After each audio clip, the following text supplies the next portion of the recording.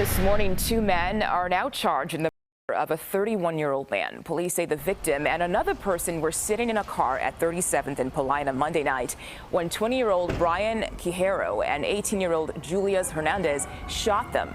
Officers took them into custody just a few blocks away. Car crash after a shooting. Chicago police say around 1 o'clock this morning, 4 people were in this white Dodge that you see, and the white Dodge Charger, and this was near 32nd and Wood. That's where officers saw someone in that car open fire.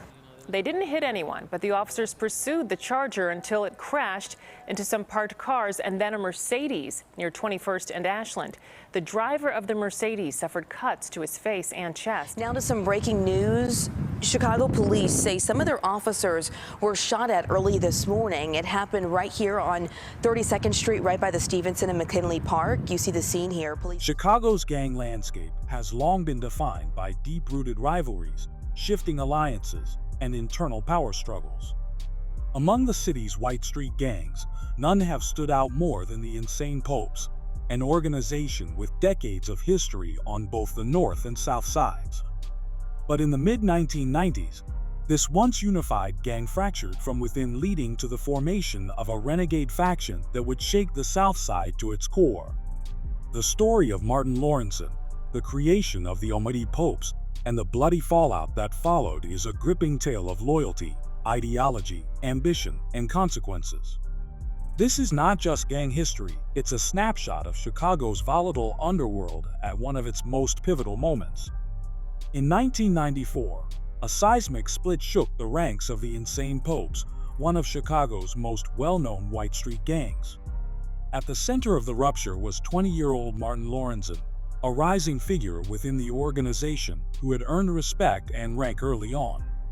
He had once admired Conan Hamilton, the influential leader of the Insane Popes, and even ran the 83rd and Hoyne section under Mike's guidance.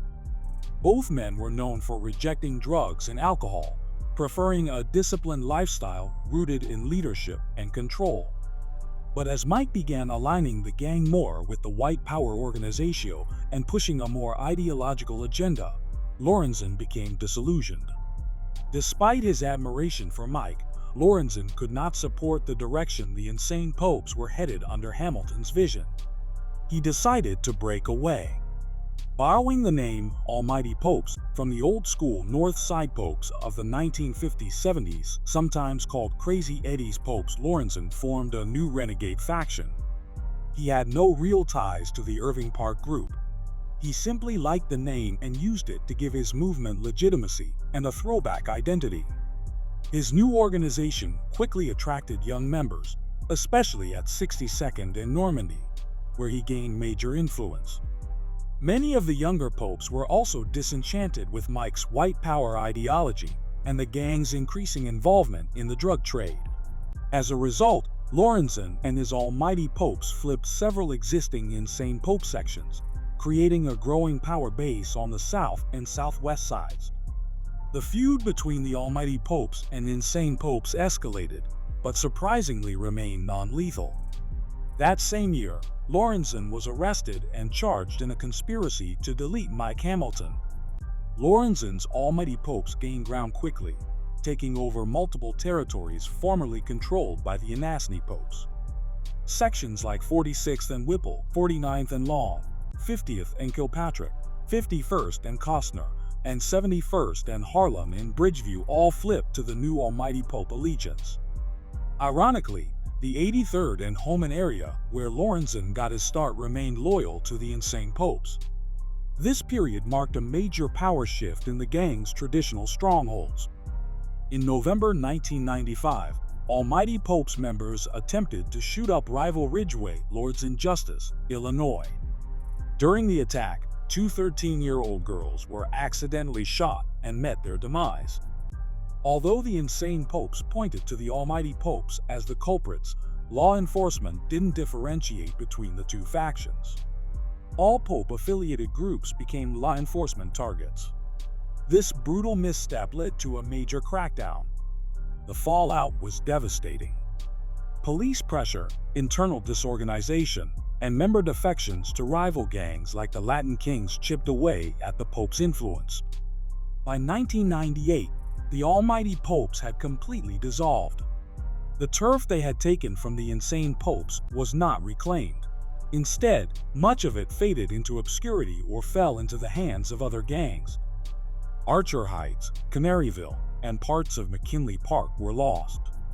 Only a few sections survived, notably in Clearing and a holdout at 51st and Kilpatrick in Garfield Ridge. The story of the almighty popes is one of ambition, betrayal, and unintended consequences.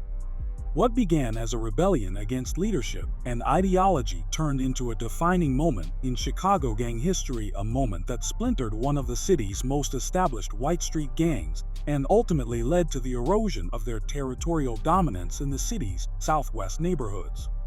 Holding down 63rd and Oak Park, this set rep in the southwest side still carries the Pope's legacy. Low-key, but solid. Based at 34th and Hoyne, this Southside Pope set traces back to 1990 when McKinley Park was first opened. It remains active, quiet, but present, with local rapper Slogo P representing the neighborhood and its legacy. The rise and fall of the almighty popes was swift, dramatic, and ultimately tragic. What started as a rebellion against authoritarian leadership and racist ideology ended in violence that cost innocent lives and shattered a community. While the insane popes would limp on under new leadership, their dominance had been permanently fractured. Sections like Pope's Alley and Ghost Town still hold on to the legacy in quieter ways through presence, street influence, and cultural voices like Slogo P. But the events of the 1990s remain a reminder of how quickly gang loyalty can turn to civil war, and how internal fractures can be just as deadly as outside threats. In the end, the story of the insane popes is not just about gang politics, it's about power, control, and the human cost of betrayal.